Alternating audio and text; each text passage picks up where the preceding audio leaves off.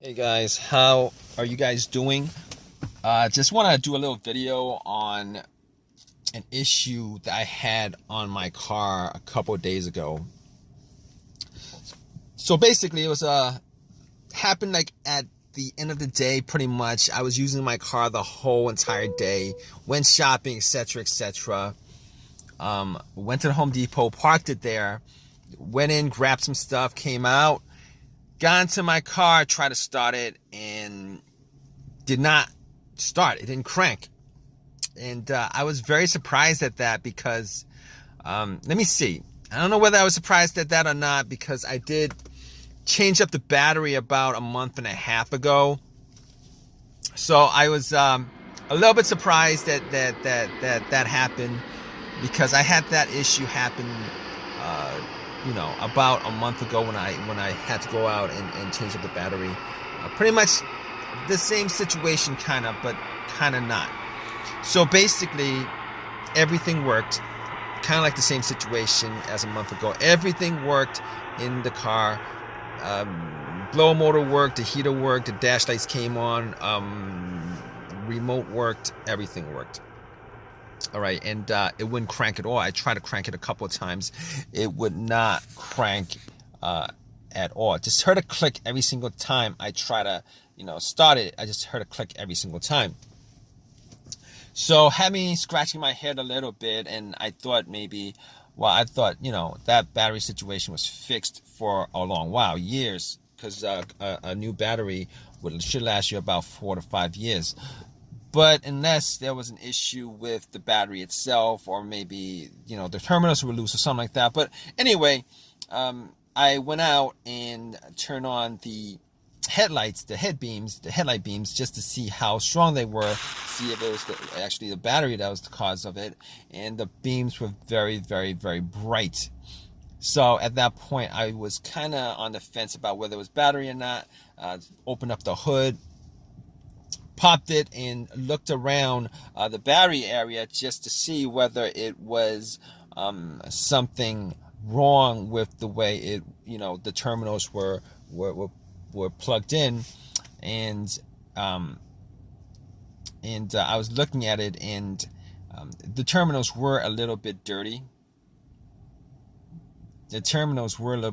So I took the terminals off, had some Coca-Cola, poured some Coca-Cola on the terminals, got some paper towels that I had, and wiped them, popped them back on, and then tried to start the car again, and it would do the same thing. It wouldn't crank at all. Everything else worked, it just would not crank.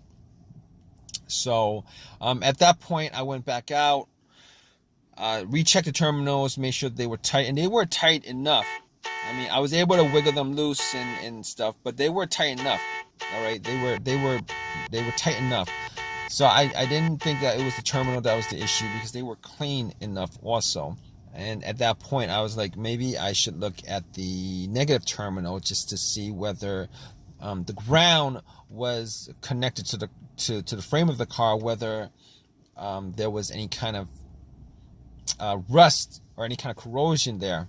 So I checked it out, and everything was clean. And that negative wire is the ground wire to any vehicle. So I was like, okay, all right. Let me see. The battery's good. Terminals are good.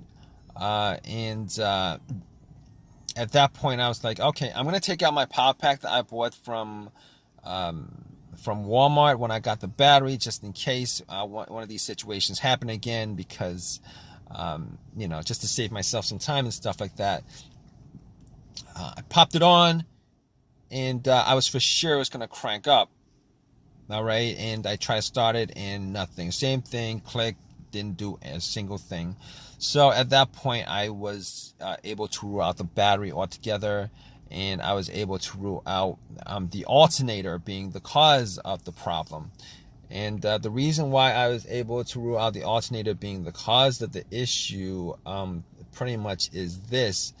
If there was an alternator issue that was causing a problem with the car not being able to charge the battery, etc., etc., just jumping it would have just jumped you know, it would have cranked over, it would have ran, etc., etc. But obviously, I'm making this video, you know, that didn't happen.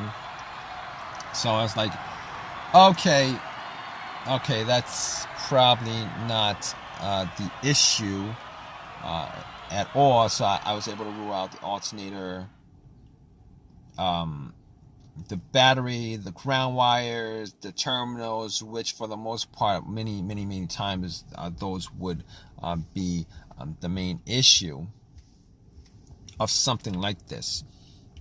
So at that point, I was scratching my head over it. I was thinking, what else could it be?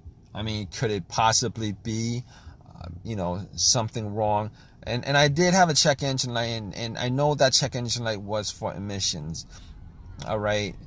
But I had an OBD2 reader, you know, one of these $19 OBD2 readers that you can get at Walmart, and I plugged it in. I'm pretty sure it wasn't anything as far as, you know, the computer was concerned, but just to make sure, I plugged it in and ran the OBD2. It ran straight through, read it. Obviously, that check engine light for emissions popped up, but nothing else popped up. So at that point, I was able to rule out a bunch of other things. The computer itself, I was able to rule out, since it actually read the whole entire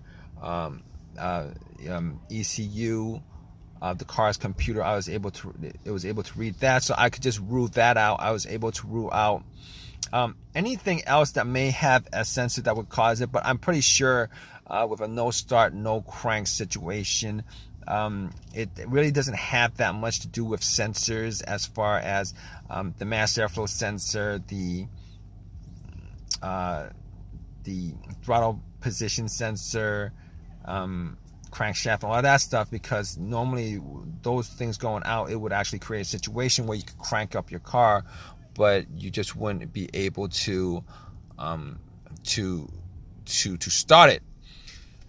So anyway, at that point, I was left with a couple of things. I was left with a couple of things that I could try to figure out whether, you know, whether I could fix it or not. And a couple of those things would be the fuses and the relays. Now, I opened up the fuse box and, you know, checked out the fuses just to make sure that there weren't any kind of brownish tint to any of the fuses, just to give an indication that fuse was blown. Just this, I wasn't able to smell anything that was burned. So basically, I knew that it wasn't, you know, that, and I couldn't pick it up. I didn't have a fuse tester with me, so I couldn't pick it up if any of the fuses had issues. But from eyesight alone, I could tell that none of them were probably the problem. But I can recall two cases where I've had issues with this kind of situation, where I had a no crank, no start, where the fuse was the cause of it. One of those situations was with an Acura, and the main fuse of that car was blown. The main fuse of that vehicle was blown, and it pretty much caused an absolute power outage throughout the whole entire car. In that situation, there was absolutely no power at all inside the car, as if the terminals were taken off the battery. And once I changed up that main fuse, everything started up again, everything worked, everything was good. So but unfortunately, that wasn't the same situation as I had a couple of days ago, because I was getting power, it just wasn't cranking up. And the other situation with a fuse I had was with another vehicle that I had, and that situation was with the car, not the car cranking but not starting, and that situation was a result of a fuse to the fuel pump, or to the ECU, the car's computer. And once I swapped those out, it had no problem starting. But since it's not cranking at all, I could rule that out. I could rule those two scenarios out as far as the fuse is causing this particular situation. So now that I couldn't rule out the fuses 100% at that point, but since I didn't have a fuse tester with me going through those two scenarios, I was gonna rule those out. I was actually looking for a quick fix. So here's the thing about it. All right. Now after that, there's only a couple of things that I could think of that could cause that situation, generally speaking. All right. The starter or the relays. Now, I didn't think it was the starter because I did change out the starter about a year ago. The starter was changed out a year ago. So, and the starter that I bought was a brand new starter. Now, there are chances that the starters do go out. But in this situation, I was thinking rebuilt starters go out more than new starters. And the starter that I bought was an OEM starter. Okay, so I was like, okay, I was crossing my fingers that it could be the relay that was the issue. All right, that's me crossing my fingers, thinking about that was one of the relays, probably a starter relay that was causing the issue. And I went to looked at the relays. Check the relays out. Obviously, if you guys know anything about relays, it's not something that you could probably, visually check to see whether, something is wrong with it or not. Normally, relays make clicking noises and stuff like that. Just your number. And I was hearing a click, but it could have been. The clicks were faint. I was hearing a click. So anyway, I got out and Anyway, I checked out the relays and found out where the starter relay was. What I did was I took it out just to inspect it, just to see whether there's any kind of corrosions on the stems or not, and didn't see too much corrosion on the stems. Now, normally, what this situation would entail, as far as me testing it was concerned, was if there was somebody else who could listen to the relay clicking when I'm in the car and stuff like that, I could be able to tell 100%. Probably not 100%, but whether that was the issue or not. But what I did was, instead of doing that, I checked for another relay that had the same, I checked for a relay that was similar, an identical relay in the box.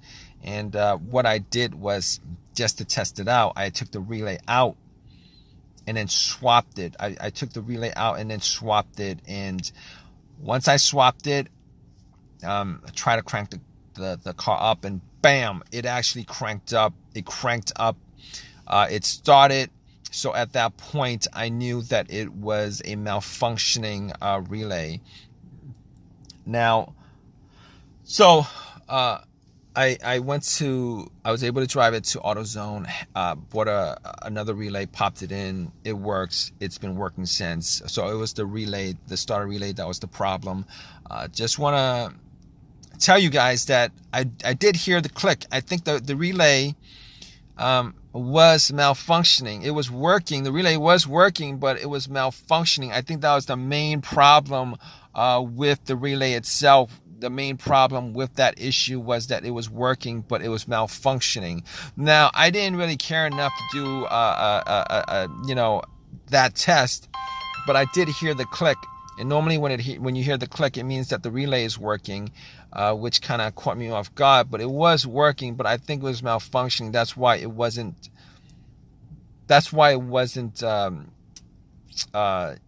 starting the vehicle, starting the car.